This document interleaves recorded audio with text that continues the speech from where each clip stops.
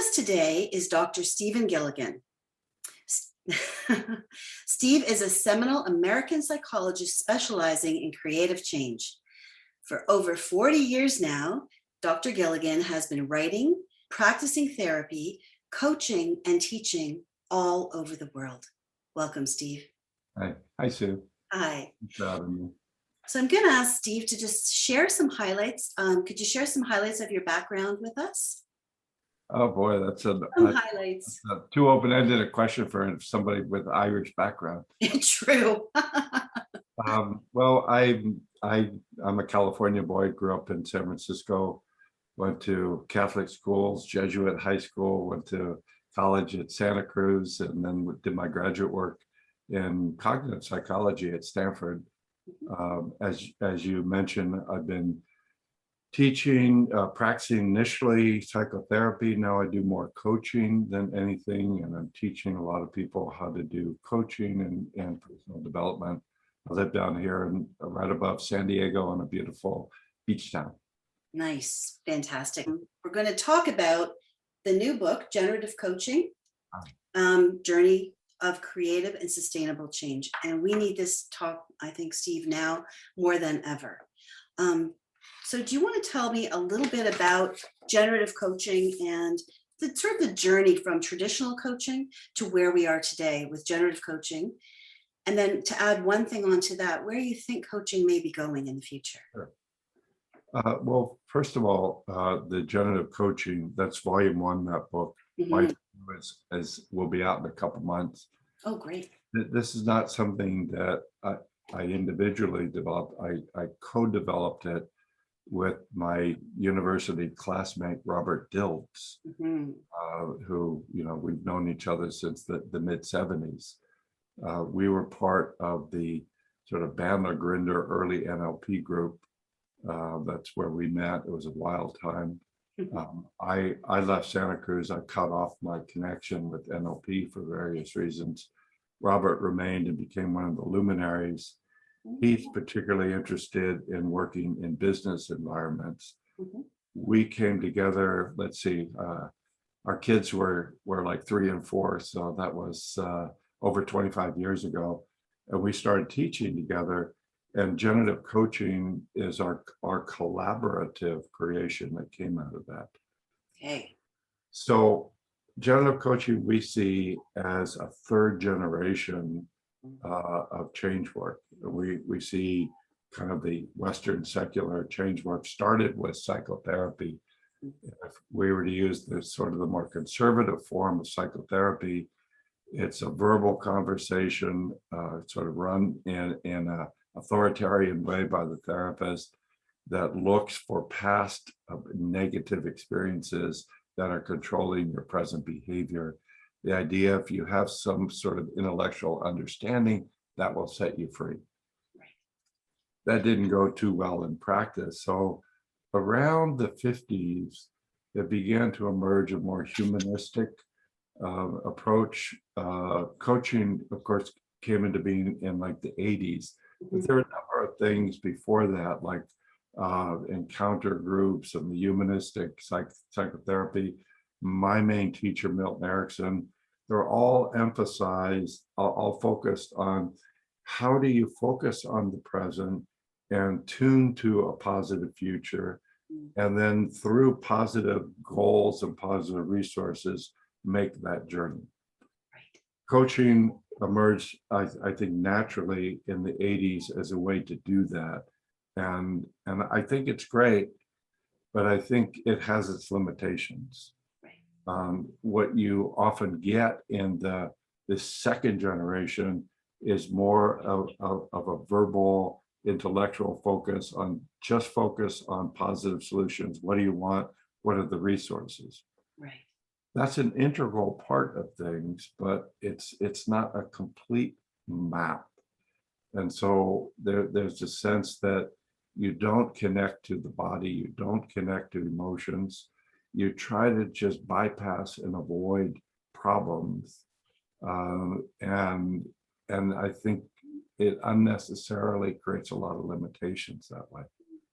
So generative coaching looks to be a third generation approach that its sort of unique emphasis is that first it focuses on the mind-body state Right. of the client and saying the quality of your performance and the quality of your thinking, the quality of creativity, the quality of your resilience is not so much a function of what you're thinking up here, but what this connection is here. Second, the relational connection between the coach and the client at a sort of a musical level is considered really important to generate a sort of a relational field, if you will, a conversational field, which is where all the good stuff happens. Mm-hmm.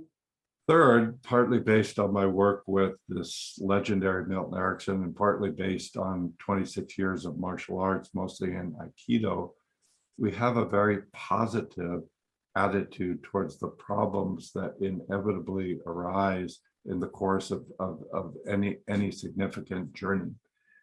And we see that the problems contain the essential resources needed for further growth.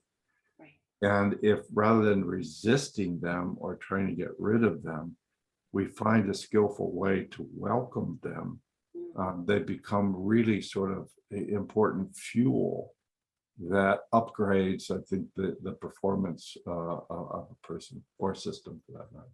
Absolutely. And probably moves people out of that stuck area that we often find ourselves in when we're coaching people. Yeah, I mean, it's part of life. You figure, I say, the Greeks have a saying, we abandon our soul 100 times, no, 1,000 times each day. Right. So nobody can stay open and positive 24/7. Mm-hmm. It's just a natural part of living that we disconnect, that we shut down. If we are mindless about that, if we dread it and try to avoid it, it comes to dominate our behavior. So we see that all these objections or obstacles, they're actually containing the seeds of something really, really important. Well, I agree with you. And, I was going to ask you just on that note, oftentimes when you do teaching or you run a course, you start with some kind of a poem or quotation. And I think that you had a good one that you were going to share with me. It was by Martha Graham. Martha Graham was the founder of the American modern dance movement. She was a small fireball, and she lived to the ripe age of 100. Wow. She was an amazing person, and she had a lot of well-known students, and there was a very famous actress who was a student of hers, and the actress said, Martha, how do I become the best dancer? And this is Martha Graham's response that this actress published in her autobiography. And it's one of those things people hang on their refrigerator door with the magnet. Martha Graham said, there is a vitality, there is a life force, an energy, a quickening that's translated through you into action. And because there's only one you in all of time, this expression is unique. So if you block it, it won't exist in any other medium. Mm-hmm. The world will not have it. So it is not your business to determine how good it is, nor how valuable, nor how it compares with other expressions. It's your business to keep it yours, clearly and directly, to keep the channel open. Wow. So practically, what that means is, I think creativity, one of the simplest ways to describe creativity is as connection. Connection of your head to your body, connection of me to you, connection as you move through some sort of sequence of behaviors. This is the essence. What we often are taught, and then we sort of dominantly, if not exclusively, use in our professional life, is we think we have to control everything from here. And it really blocks the channel, so to speak. And I think what we're really studying in generative coaching is the most creative people, the people who are the best creative producers, and looking what is their state of consciousness that allows them to be sustainably creative. And I think this sense, you feel a creative person when they're talking to you, when they're expressing themselves. You feel, wow, the force in this one is great. And that's part of what is at the heart of their success. They touch people with who they are, and they yet invite people to wake up and be interested in what this person is bringing. So how do you access the creative mind then? If you're not a naturally creative or don't consider yourself to be a creative person, how do you access the creative mind? Practice, practice, practice. Same way you Yes. get. Well, let me say, in the generative coaching model, in that book, Mhm. about 6 steps. And the first step is really the answer to your question. Very briefly, because I think maybe we will refer back to this. First step is let go, center, open, chill out, and get connected. Right? Only then you start saying, okay, what's my positive intention? What's the intention here of the conversation, of the performance, of the action? It should be simple, succinct, and it should resonate. Third, what are the resources that you need to stay connected with? So we say, if you have an inner voice that tells you you're not enough, agree with it, Right. because you're only as good as your connection to other people, to resources, etc. Mhm. The fourth step is, what are you going to do? Take action. Yeah. Right? Get in a good state, get a really clear, dynamic, positive intention, Mhm. get into a resource state, take action, and then our friend, the obstacles, what do you do when the shit hits the fan, technically speaking? And how do you creatively and positively transform that?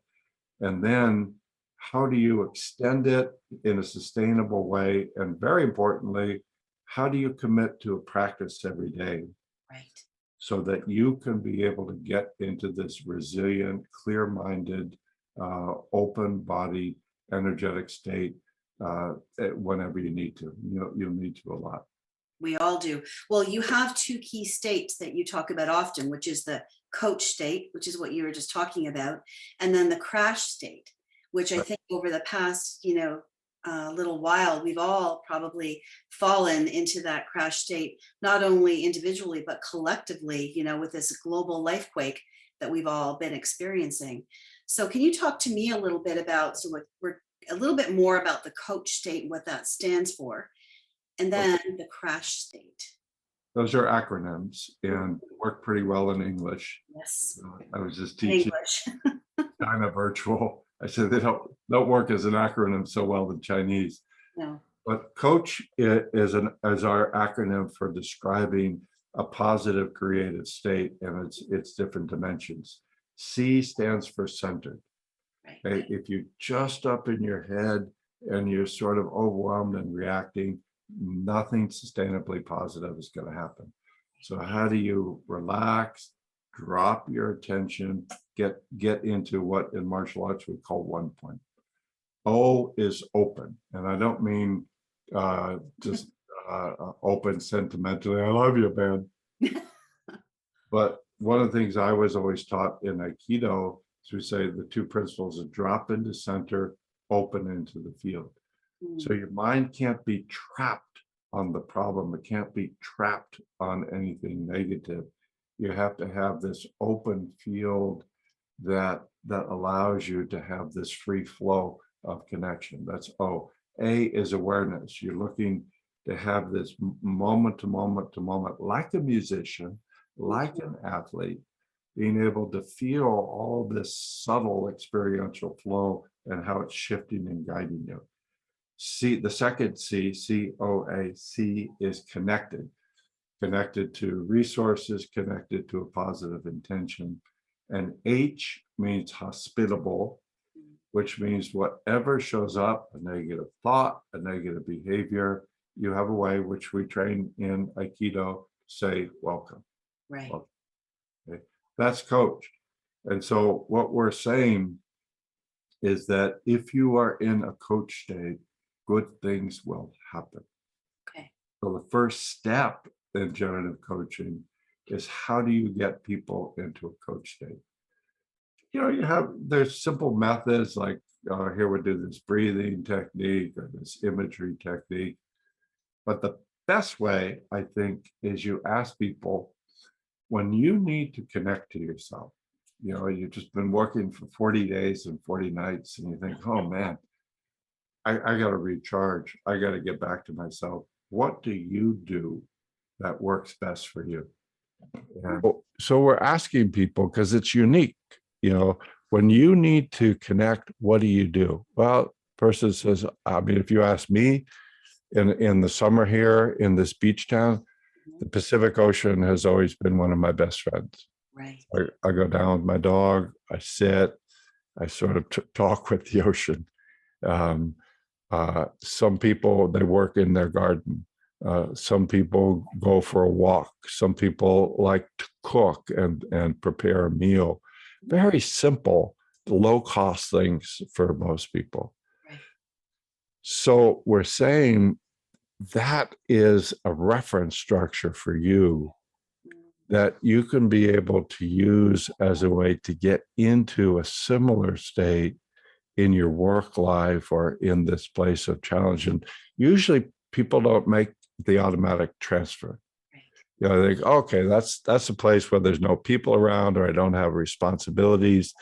That's how I relax. But then once I get back into the performance challenges, I got to get into my head and control and so forth. We're saying, no, you don't. And you lose a lot by going into this disembodied control state. And you can gain a lot by training yourself to be in these coach states while you engage in challenging situations. So that's the coach. Yes. Crash is it's sort of the dark side. Crash means constricted. And as soon as your muscles contract and your breathing inhibits, creativity is not possible. Resilience is not possible. Being able to generate different frames is not possible. Being able to touch people in some sort of positive, persuasive way is not possible. So we're looking at constriction, reaction. So if you're in fight, flight, freeze, or fold, you're not going to be creative. You're not going to be resilient. It's going to be bad for your health. A means analysis paralysis, where you're overthinking everything. S means you feel separate and isolated. I've got to do it all myself. I've got to stay in control. And H means you're feeling hateful or hurtful towards yourself or other people. So this is the first step, and it's a sort of a meta step or a deeper level. And what we really argue strongly, and there's tremendous research to support this, if you're in a coach state, good things will happen. Right. If you're in a crash state, bad things will happen. Mm-hmm. Yep. And so how do people just maintain that coach state and be aware, I guess, of falling into the crash state? Practice. I mean, when I take a contract to coach somebody, part of the contract is that they make a commitment to do at least 30 minutes of practice every day. Wonderful. Now, 90% of the people, what do you think they say? That sounds like a great idea. I think it's great, but can't you see I'm a busy person? I don't have time. When I have time, I'll definitely do it. Being illegal answer. Yeah. Illegal answer. Yep. I mean, when has life ever given you time for yourself? It's not going to happen, right? You have to claim it. And one thing two things I guarantee, your performance quality will go up. Okay? And two, you'll feel so much better and you will have more time in your day. Right. I think we see how much time, there are these studies, how much time employees in a company spend procrastinating. or just not really doing the work. I think in many cases that represents I need some sort of alone time with myself. I need some downtime. Procrastination is a terrible way to try to fulfill that basic psychobiological need because it doesn't really rejuvenate you. It doesn't really relax you, right? So we spend a lot of work hours and we spend a lot of potential creative time worrying or procrastinating. And if you do this commitment, non-negotiable, 30 minutes, a clock time a day, that opens up your space. It's like, okay, I've got those basic needs handled. Let's get to work. Yep. Well, I'm a believer because I do that based on what you recommend, and it does work. And I think procrastination is a big problem for so many people, especially now that they have a phone where they can go in and start looking at all, scrolling, Incredible. looking, and then they feel bad, and then they probably end up in a crash state.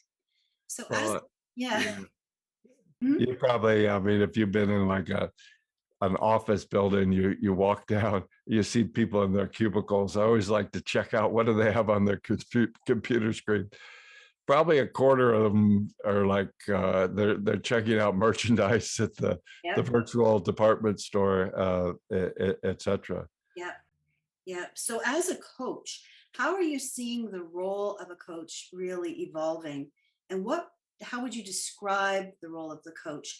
Because I think we have a traditional view of it, and I'm really curious about, what you see it evolving to now.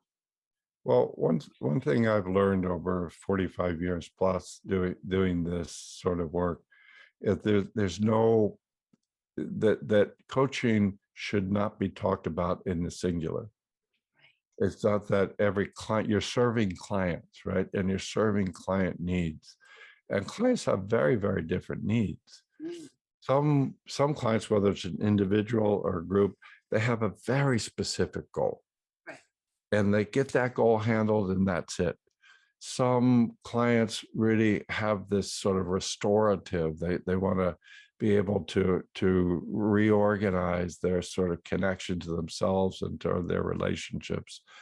Some some clients, individual and collectively, have these sort of long-term patterns that are in play. So it's really, what do you want? Right? That's the first question, and you have to really listen. Um, I've lived in my house here since 1985. I'm now interviewing people to do some window renewal, Oh my. and it's just interesting. I mean, the one guy that came over yesterday, he just talked and talked and told me what I needed, and it was like 4 times the price of anybody of the other people. But it's like, how could he expect to sell me something when he didn't listen at all? Right. So this sense of what it is that the client wants is really, really important.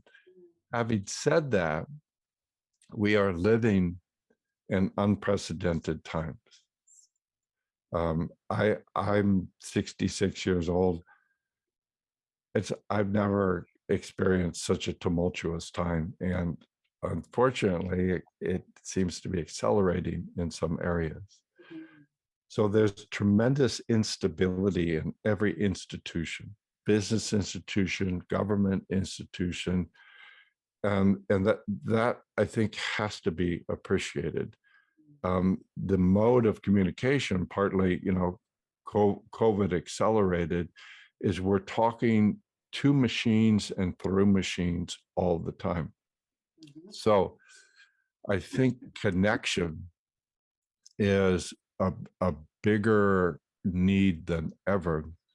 People have a longing for connection to themselves because machines don't give you that, and a longing to belong to some sort of group or community.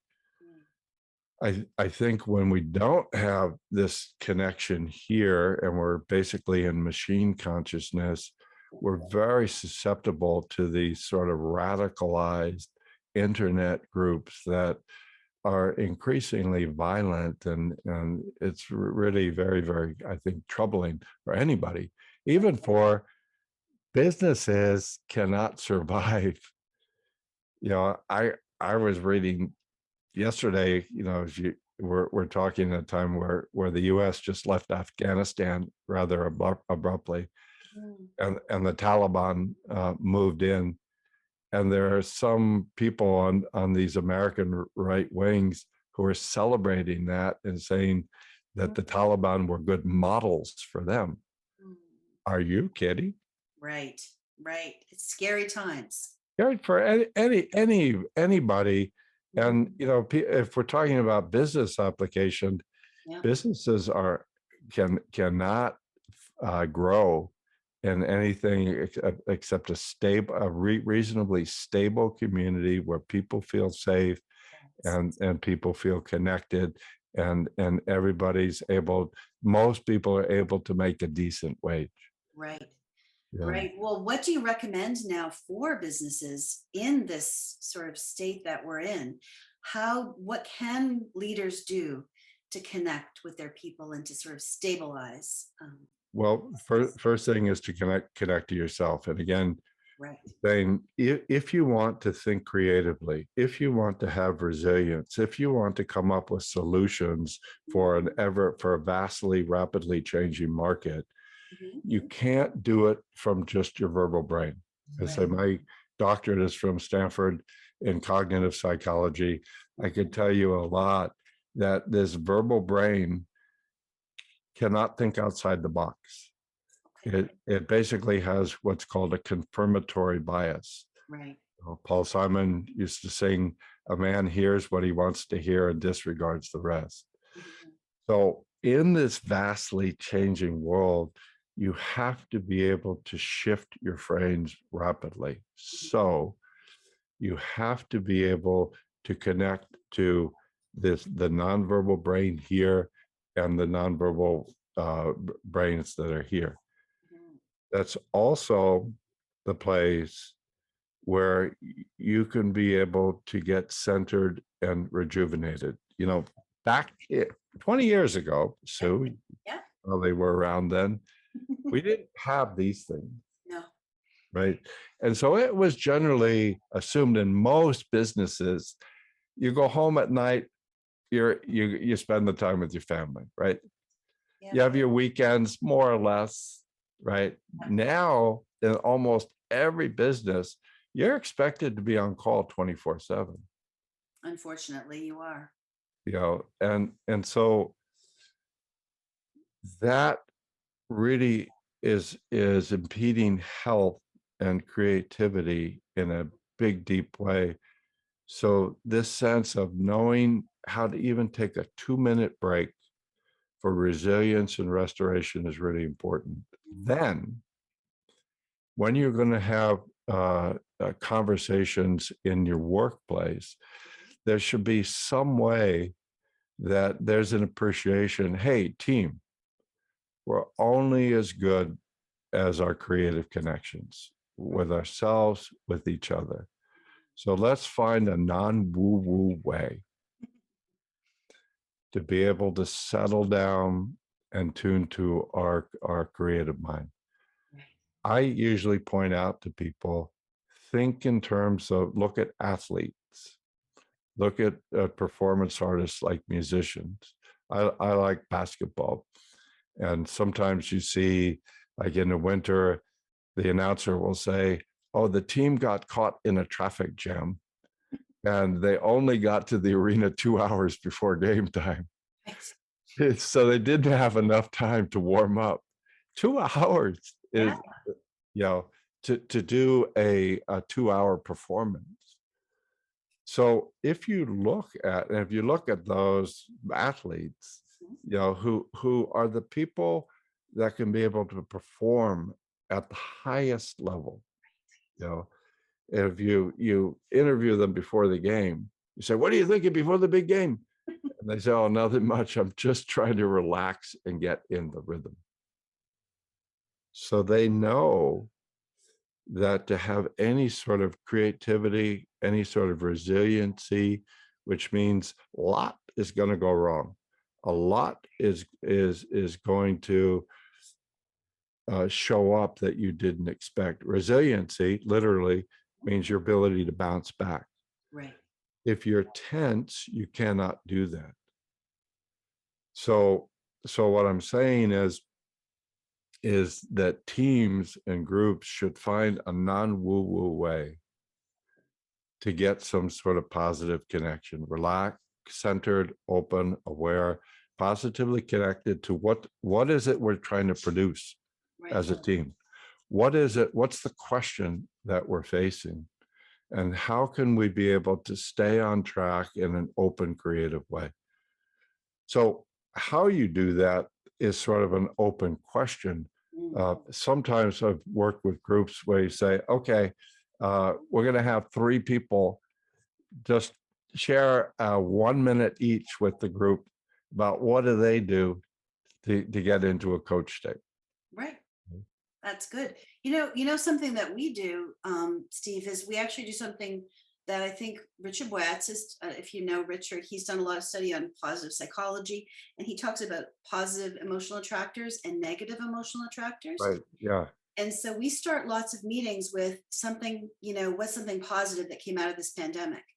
And whether that's a group of like 10 people or 200 people, we found even if they put it in the chat, it created this energy that we didn't have when we started, because everybody was coming from all different walks of life, all different places, and they weren't centered. And then that positive emotional attractor seems to kind of kick us over.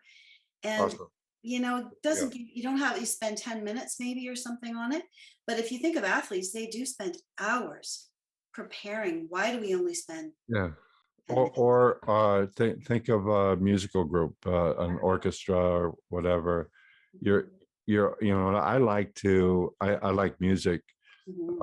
And one of the things I like to do with something I really like is hear the music, you get, it's the piece of music, and then tune into one musician. There's the guitar player, and just feel what he or she is doing. That's interesting. Then come back to the whole, then listen to the bass player. And you see each of them is communicating uniquely, but it's music when they find some harmony. Right. And this is true for any group activity. Absolutely. So it's just, we have to shift our thinking from creative intelligence being an individual power move. Right. To, yeah, of course, we need we need, in that team, we need people, every person on that team having skills and being able to do their part. In that musical group, similarly, but it's the we balance that creates generativity.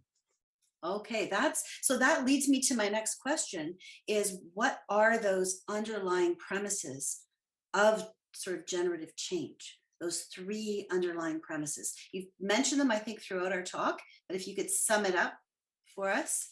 Well, the first is reality isn't static and objective out there. Reality is being constructed every moment. Right. And it's not some fixed thing that's happening to you. It's being created every moment. Now, to be sure, that doesn't mean your individual mind is the primary creator, although at a local level it is. It's collective, and it may, some of those traditions are default values that may be in play for hundreds of years. But you are responsible for the reality that you're experiencing. Not to blame. Doesn't mean that it's not a solipsistic view that you're controlling the universe, but everything that you experience, you're the first person responsible for it. Okay? Second, the way we create it is through our filters or through our maps. To me, this is what psychology basically studies. So in my doctoral work at Stanford, I did about 30 experiments all on what's called emotional state dependency. Mm. I would train people to go into a content-free emotional state like sadness or anger or happiness. And then we would study all of these different cognitive performances like autobiographical memory, perception, identification, interpretation, the meaning that you give, the future that you predict from that state. And we found that it was significantly determined by your emotional state. Mm. So, I mean, we know this sort of generally intuitively. If you're really sad, it's hard to think your way out of that sadness because everything looks pessimistic. Right. All you can remember, et cetera. That's what we call state dependency. But Mm. it's an example of filters. Psychologists study of filters. So if you have what you're talking about, that positive attractive. Mm.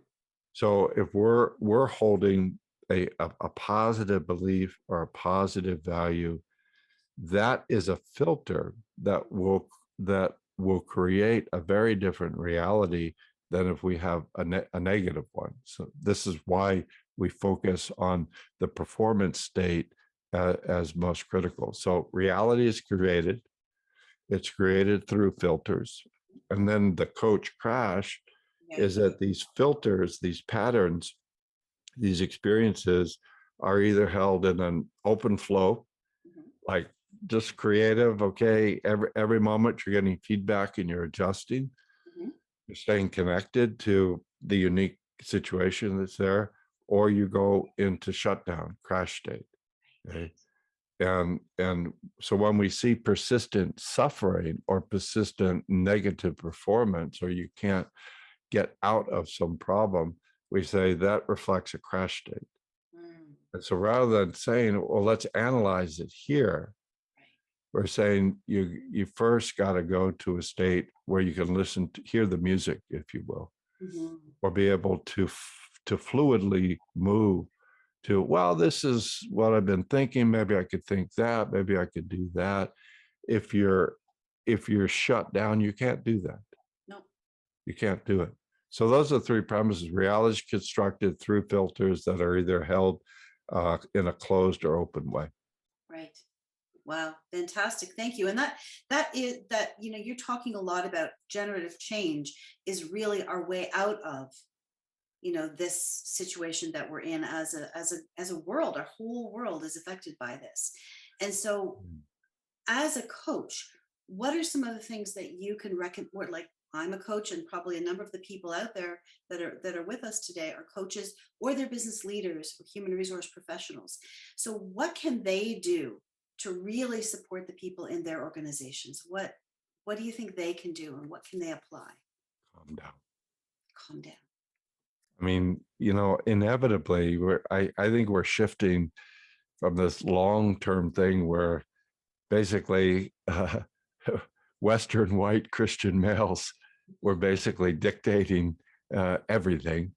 And Mhm. now, we've got women and we've got people from different cultures. They're saying, hey, my voice needs to be a part of this conversation too, which I think is great. Yeah. What you see is that one person starts to talk about their point of view, and within 4 words, there are other people that say, no, no, no, but my view, my view. And so everybody's screaming and shouting, you know. So we have a saying, I don't know that you have this in Canada too, I assume so. When you find yourself in a hole, stop digging. Yes. Yeah. So if you're caught in some sort of negative state, Mm.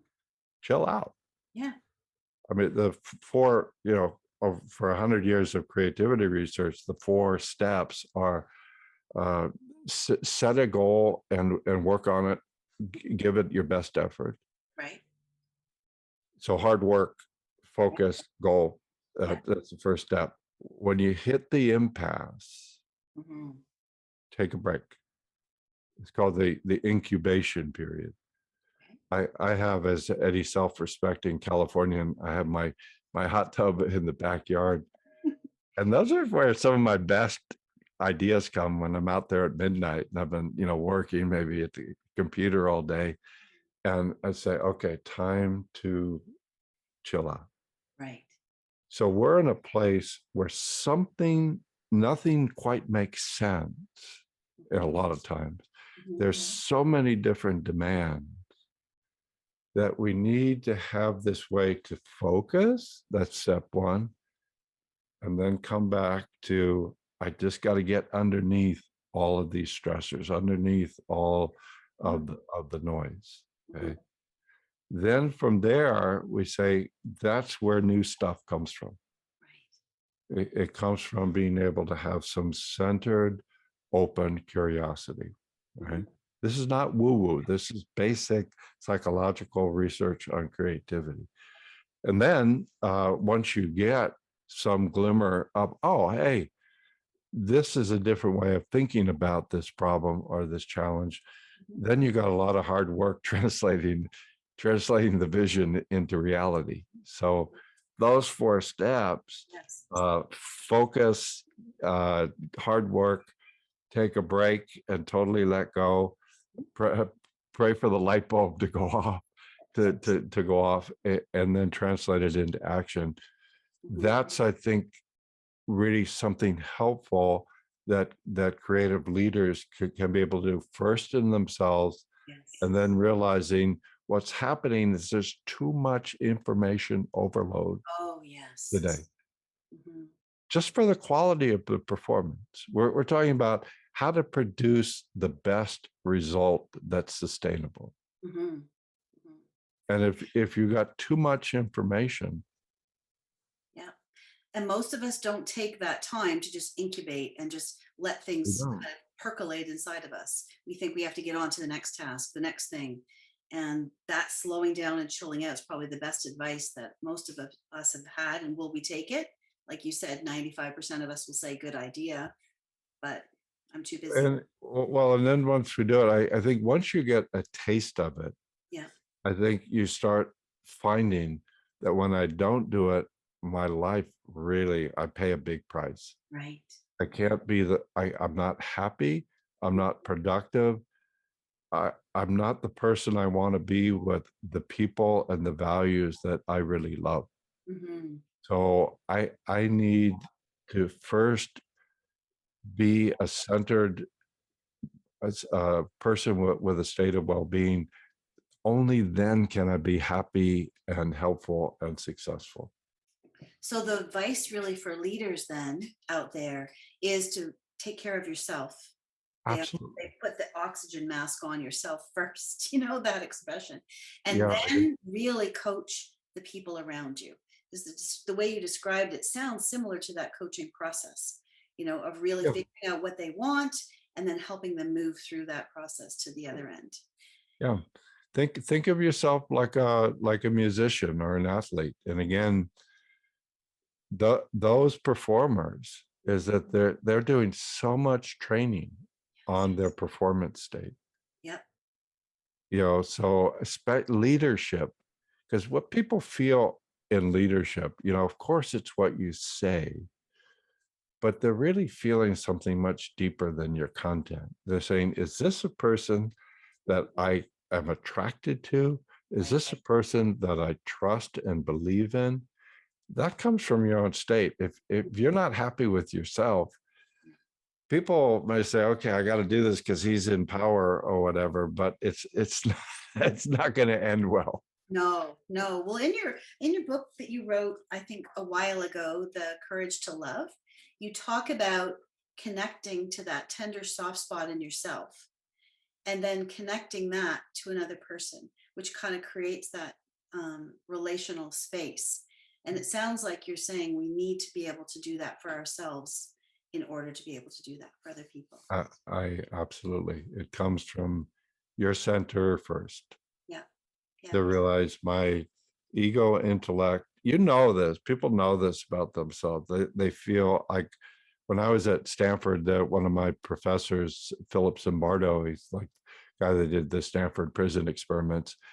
he did a little study on what he called the imposter syndrome. Mm. What he was asking mostly professionals, do you feel that you're an imposter and you don't know what you're doing and it's just a matter of time before they come? Guess how many people said yes? 85%. Wow. So Wow. so it's one of those conspiratorial secrets. You know that about yourself, right? But Yep. you think everybody else is actually confident and feeling positive. I'm saying from 45 years of experience, it comes from whether you have a connection to yourself and through that connection, a connection to the world. Yep. If you have that, good things will happen. You'll be able to help people. You'll be able to be successful. You'll be able to be happy. If you don't have it, all bets are off. Right. Well, this is fantastic, Steve. I really appreciate you taking the time to go through this with us and share this. And I think a lot of the things you said we are aware of them, but I think the frame that you put them in helps us to think about it in a slightly different way. And I think a couple of the pieces that I really wanted to kind of highlight is that connection between the mind and the body is critical for us to be able to move forward and experience generative change. So are there any final words of wisdom for our viewers? If you're interested, read the book. Yeah. I mean, that's really everything I'm talking about is in that book. Yep. And as I said, there are 4 volumes. That's volume 1. Mm. They represent we do a 15-day generative coaching certification, usually 4 modules. Right. And that's the first module. Yep. The transcripts, and module 2, as I said, should be out in a couple months. Fantastic. So it really goes into that, and it's a pretty, I think, coherent step-by-step approach. Mm-hmm. So we're sort of talking a little bit nonlinear about this. Right. But if you look at the model, Mm-hmm. like first, we have to get into a positive state. How do we do that? Right. Second, we have to have a clear positive intention and goal. How do we do that? Third, we have to be in a resourceful state. How do we do that? Mm-hmm. Fourth, we got to take action. You got to get out there and do it and get feedback and stay on track. How do we do that? Mm-hmm. Fifth, they're the inevitable significant obstacles internally, externally that show up. How do we creatively, skillfully do that? And finally, how do we make this a sustainable, long-term creative journey through our homework and through our daily practices? So read the book. Great. Thank you very much. Thanks for joining me Thank today. you. Thank Good you. luck, everybody.